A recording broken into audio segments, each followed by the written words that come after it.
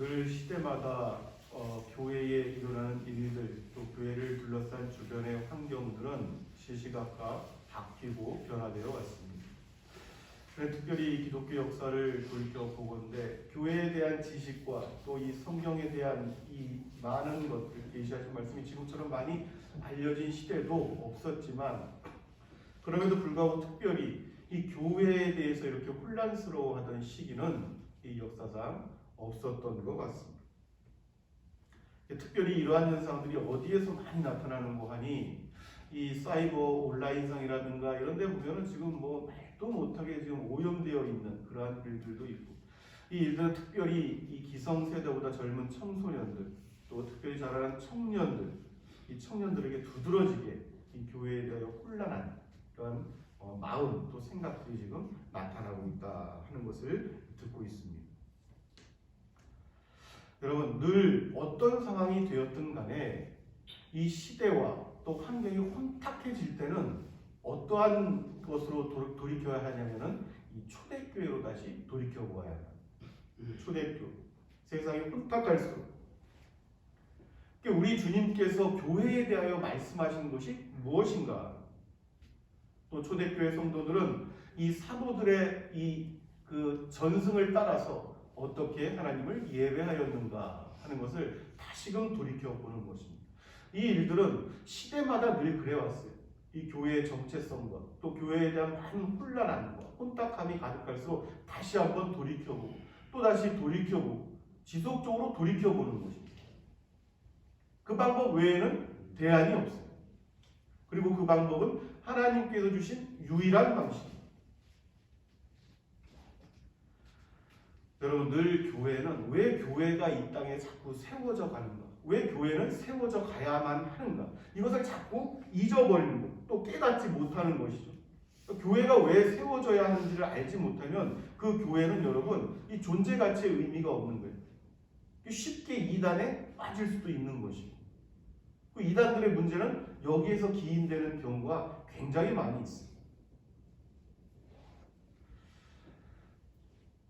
지상에서 가장 아름다운 어떤 이 바다 또 섬들을 꼽을 때 이제 사람들은 여러분 이 남태평양이라는 이 곳을 이야기하고 또 소개를 하는 경우가 많이 있습니다. 그 가운데 우리에게 잘 알려진 피지 섬이 있죠. 피지라는 섬이 있어요. 피지, 남태평양에 있는 피지 섬.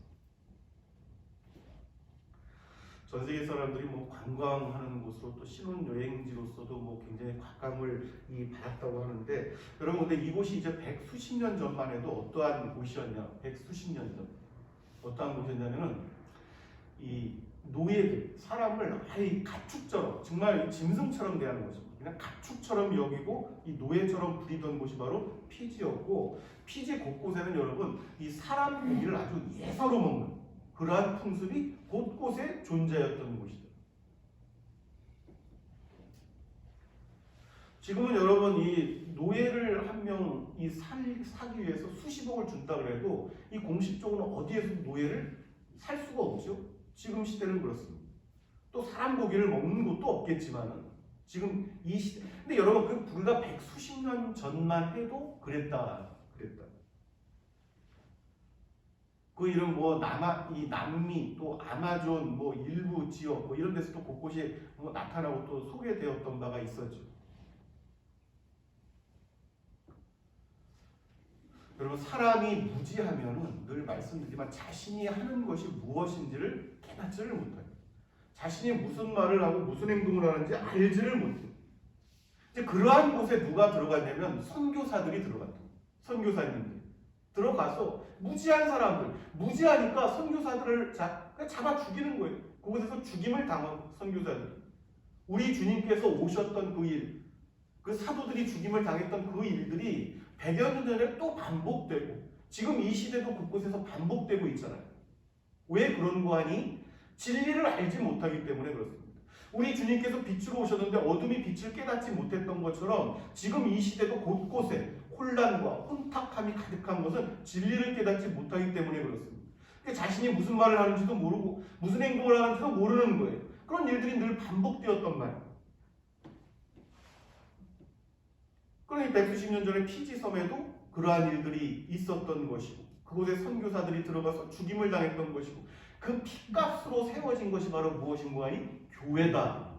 교회다. 지금 공식적으로 뭐 피지점에 교회가 뭐 1000몇백 개가 있다고 하는데 여러분 사람들이 변화되기 시작한 것은 언제부터였는고 하니 교회가 세워지고 난 뒤였습니다. 선교사들의 피가 뿌려지고 곳곳에 교회가 세워지고 하나님을 예배하는 사람들이 생겨나면서 마침내 피지라는 섬에 여러분 진정한 화평과 평화가 찾아왔던 겁니다. 그게 자연 경관뿐만이 아니라 사람들 가운데도 평화가 찾아 들었던 겁니다.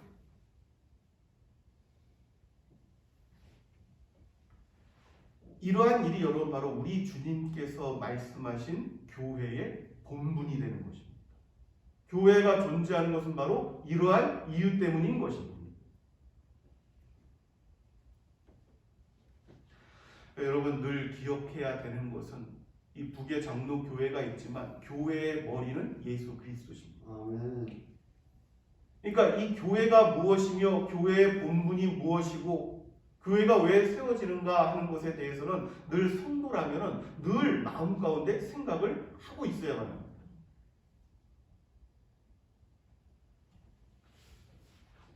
우리가 알고 있는 교회가 무엇인가 하는 거예요. 세상 사람들은 교회를 이러쿵저러쿵 얘기를 하고 매스컴에 보면은 교회가 무엇인지도 알지 못하면서 이렇다 저렇다 교회 뭐 선교단체 뭐 이렇게 구분도 하고 뭐 구분도 안 하고 뭐 이렇게 얘기를 뭐 이렇게 하고 그러겠지만 물론 늘 논란이 되고 있고 교회가 또 여러분 지켜야 할 것들을 지키지 않고 잘못된 부분들도 많이 있습니다만은 근데 한 가지만은 변하지 않는 것은 무엇이냐면 교회가 무엇이다 하는 것을 분명히 알아야 돼요. 교회가 무엇이다. 잘잘못을 떠나서 여러분 다시 한번 말씀드리지만 교회는 우리 주님, 거룩하신 주님의 이름으로 모이는 곳입니다. 우리 주님께서 이렇게 말씀하셨어요. 마태복음 18장 20절 말씀을 보면 두세 사람이 내 이름으로 모인 곳에는 나도 그들 중에 있느니라. 아멘. 그러니까 교회에 지체된 이들 저와 여러분 한 사람 한 사람 이 몇 사람이 되었든 간에 그 사람이 우리 주님 거룩하신 그분의 이름으로 모인 곳은 바로 교회다. 교회다. 교회는 거룩한 곳입니다. 왜냐하면 그들 가운데 거룩하신 우리 주님께서 함께 계시기 때문에 그렇습니다.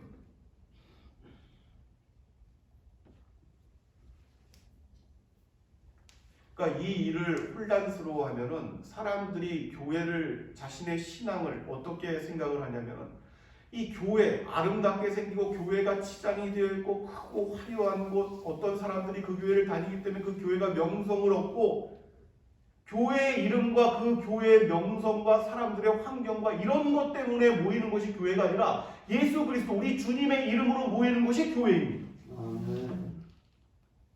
다른 것들을 따라가는 것이 아니에요.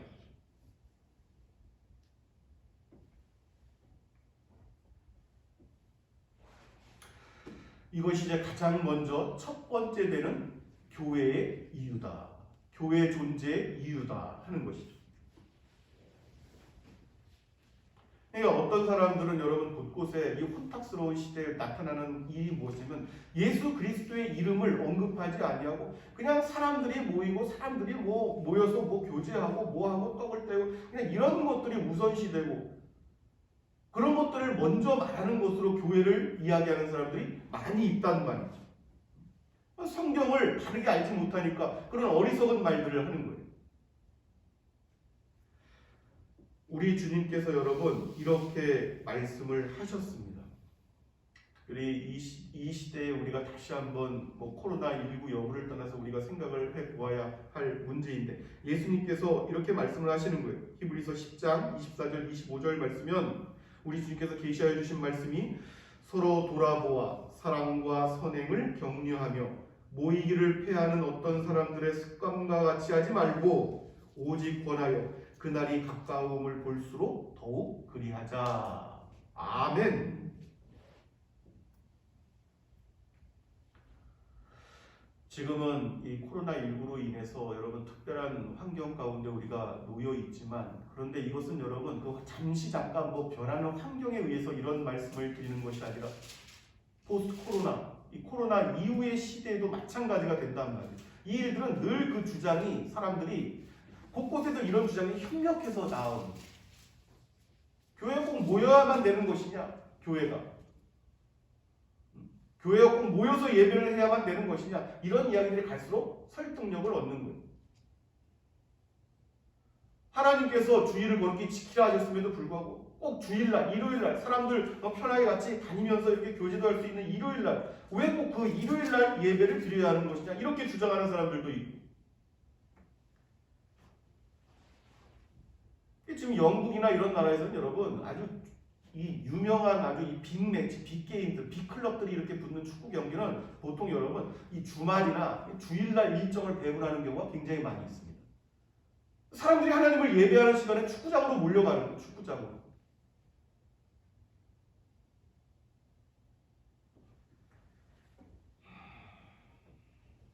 지금 유럽의 곳곳에 이 교회들이, 사람이 텅텅 비고 교회들이, 사람들이 타락하고 개인주의가 만연하고 동성애자들이 아주 그냥 난리가 났고,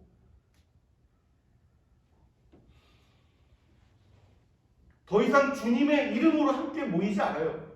더 이상 주님의 이름으로 함께 모여서 예배하지도 않습니다. 주님의 이름으로 교제하지도 않습니다. 주님의 이름으로 함께 모여 찬양하지도 않아요. 그것이 무슨 교회의 의미가 있겠습니까? 교회가 왜 존재하겠습니까? 그런 교회에 하나님께서 어떻게 복을 주시겠습니까?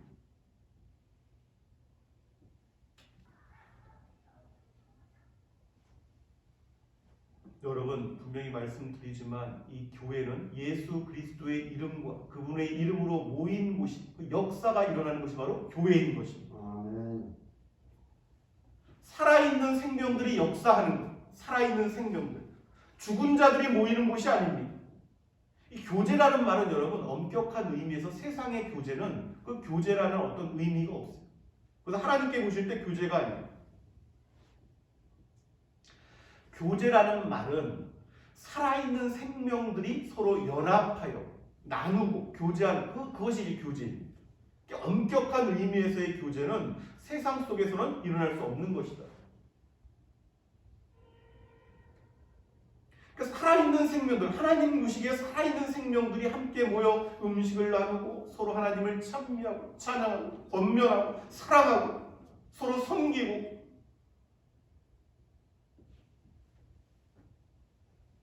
근데 죽은 자들이 아닌 살아있는 자들이 함께 모여 하나님을 예배하고 그 거룩한 교제가 일어나는 것, 그것이 바로 교회다. 궁극적으로는 어떠한 상태로 나아가냐면 이 교제라는 것은 성부와 성자와 성령 삼위일체의 교제로 조금씩 다가서는 것입니다. 우리의 교제, 할렐루야. 그것이 하늘에서 나중에 나타날 일들이고, 그것의 그림자가, 그 맛보기가 지금 교회에서 나타나는 것이죠.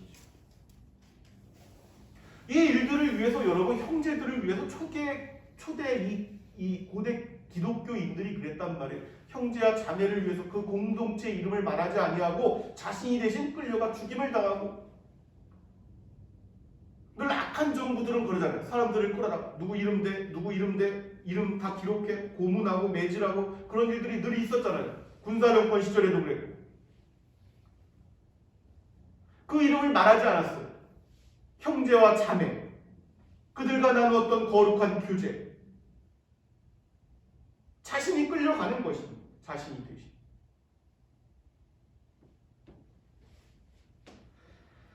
때문에 오늘 우리에게 주신 말씀을 보면 이런 교회의 모습이 정말 아주 잘 나타나 있습니다. 그 말씀 한 단어를 이렇게 음미해 보면 여러분, 오늘 44절에서 47절 말씀 이렇게 보십시오. 다시 한번. 믿는 사람이 다 함께 있어. 믿는 사람이 다 함께 있는 거예요, 여러분. 아무나 함께 있는 것이 아니라 믿는 사람들, 그분의 거룩하신 이름 때문에 모인 사람들, 날마다 마음을 같이하며 성전에 모이기를 힘쓰고 집에서 떡을 떼며 기쁨과 순전한 마음으로 음식을 먹고 하나님을 찬미하며 또 온 백성에게 칭송을 받으니.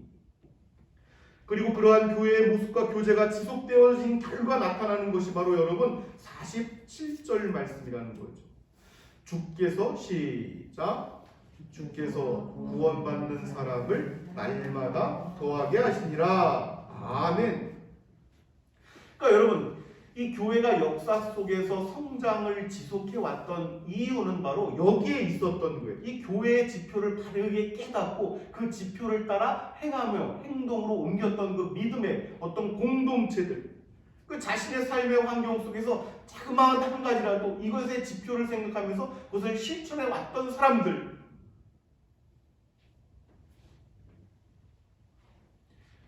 교회의 성장을 위해서 여러분 우리가 이 선교라는 어떤 이 단어들을 사용하지만 사실 여러분 이 선교라는 말은 이 전도의 어떤 이 모든 속해 있는 개념들을 다 포괄적으로 이렇게 나타낸 어떤 그런 말이라고 우리가 볼 수가 있는데, 이 일이 뭐 선교한다는 것이 여러분 뭐 해외 나가고 뭐 어떻게 하고 뭐 여러 어떤 방식들이 존재하고 시스템이 존재해요.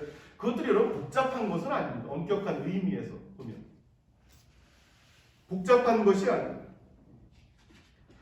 한 가지 우리가 기억을 해야 되는 건 뭐냐? 이 세상이 여러분 지금 저 폐쇄적이든 개방적이든 이 역사 속에서 여러 단계들 또 여러 어떤 변화무쌍한 환경들 속에서도 기독교 하나님께서 모이게 하신 이 교회 공동체는 존재해 왔단 말이에요. 근데 그러한 가운데서 늘 변하지 않았던 것은 이 교회, 이 복음이라는 것은 여러분 하나님의 역사입니다. 하나님의 역사라면 사람이 만들어낸 역사가 아니에요. 하나님의 역사인 것을 한시도 잊어서는 안 되는 것입니다. 교회가 돈이 많아서 뭐 부흥이 일어난 것이 아니고, 교회가 많은 것을 가져서 부흥이 일어났던 것이 아니고, 그랬던 적은 없단 말이에요. 초대교회 때부터 예수님께서 교회를 세우신 이후부터.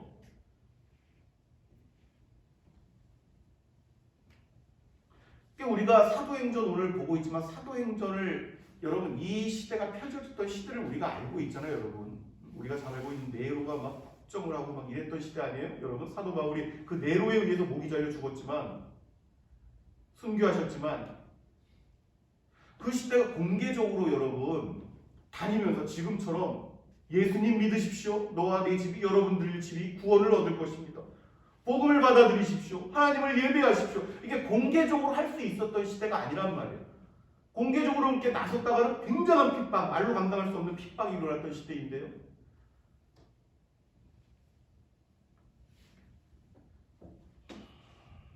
그러한 상황 속에서 어떻게 그렇게 로마의 제국이 뒤집어 엎어질 만큼의 폭발적인 어떤 부흥과 그런 성장이 나타날 수가 있었겠는가 하는 것이죠.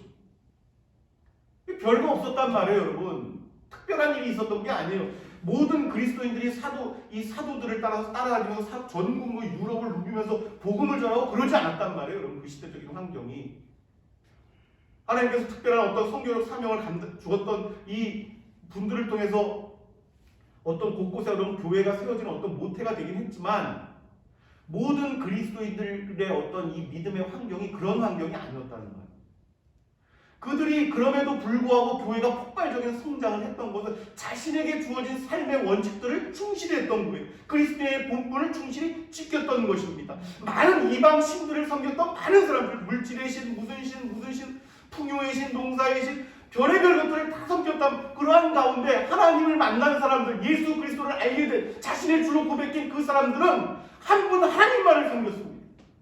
한 분 하나님.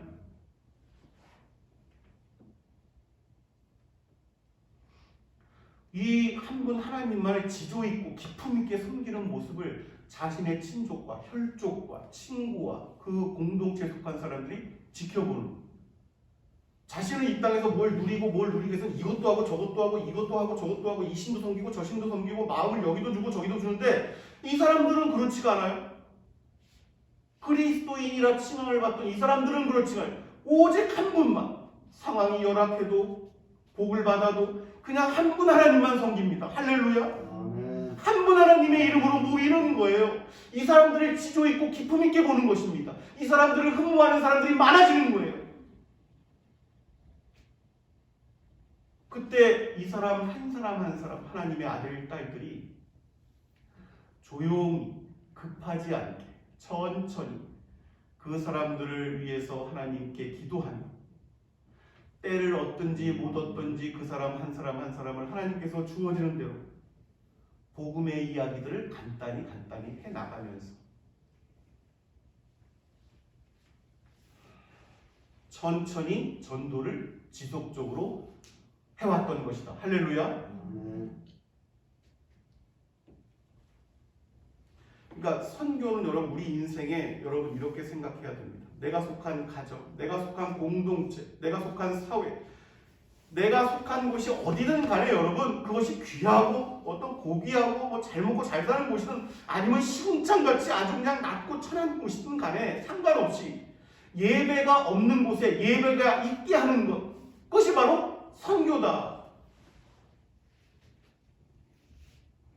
그것이 교회됨의 본분이다. 교회는 무엇을 위해서 존재하는 것이겠습니까? 예배를 위해서 존재한단 말이에요. 할렐루야. 하나님을 예배하기 위해서 존재하는 것이 교회란 말이에요, 여러분.